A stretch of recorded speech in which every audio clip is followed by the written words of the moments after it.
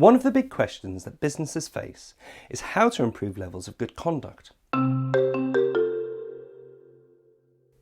In a previous video, I talked about leveraging our understanding of behavioural science to help create better conduct and compliance outcomes in the banking industry, seeing this not as a replacement of existing risk frameworks, but rather complementary to them. If we accept that conduct stems from the choices we make, then it stands to reason that we need to find ways of making better choices. But how can you actually do this? Well, let's consider an example of a committee set up to review and approve new banking products. I'm going to talk about 3 things banks can do to increase the effectiveness of such committees.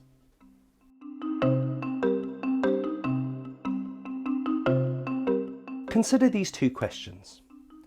Are the committee members being asked if they believe the product should be launched? Or are the committee members being asked if they believe the product should not be launched? Whilst these 2 questions may sound like the same thing, there is in fact a real difference in framing here. In the first situation, the committee members are being asked if they believe the product is good to go. In this case, the implied default is that the product will not be launched unless the committee members confirm it should be. But in the second scenario, the committee members are being asked if the product should be held back. In this case, the default position is that the product will launch unless the committee members speak up and say that it shouldn't be. What's in play here is status quo or default bias. That is the bias we experience when faced with a choice between sticking with the default or speaking up to make a change.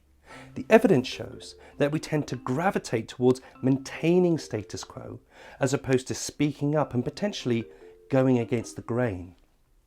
So make sure that the framing of the decisions in which the committee are being asked to make are clearly understood and are of an appropriate nature.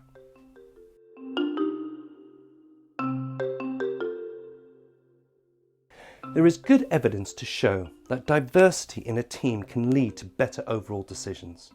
Now, this is especially relevant for a product approval committee where a diverse group of individuals are more likely to be representative of a bank's customer population. However, what's also very interesting is that simply by bringing people together who are very different from one another forces people to challenge their existing mental models and helps open their eyes to new ways of looking at familiar topics. I used to be part of a product approval committee which consisted of a particle physicist, an accountant, a lawyer, a tax expert, data scientists and several technologists. And it reminded me of a quote by Kenneth Burke: "A way of seeing is also a way of not seeing." What I realised is some of my mental models about data were not sophisticated enough for the type of data products that we were looking at, and that motivated me to go and do my own research and challenge what I thought I knew in order to see data in a very different way. It was a little bit like turning off a torch at night and then looking around. After a few minutes you start to realise that the beam from the torch was actually preventing you from seeing much further into the night.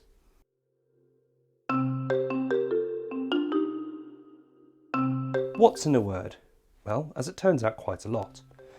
The science of behavioural ethics have brought fascinating insights into how euphemisms and phrases can trigger unconscious biases. For instance, take the phrase, "We need to take a business decision." Quite a common phrase to hear, yet it can have the effect of distancing the group from the consequences of a decision, something psychologists would call ethical fading. Imagine how different the decision process would be if instead we heard, "We need to take an ethical decision." We can, however, reduce these blind spots by looking at the context in which we take decisions. For example, placing a header on every slide of a slide pack that reminds the group of its ethical responsibilities can serve as a nudge to activate the group's moral compass should it find itself operating in the grey.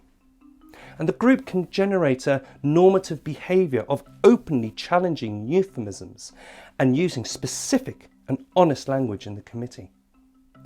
In summary, there is no doubt that banks and regulators have made solid inroads in recent years to improve conduct across the industry.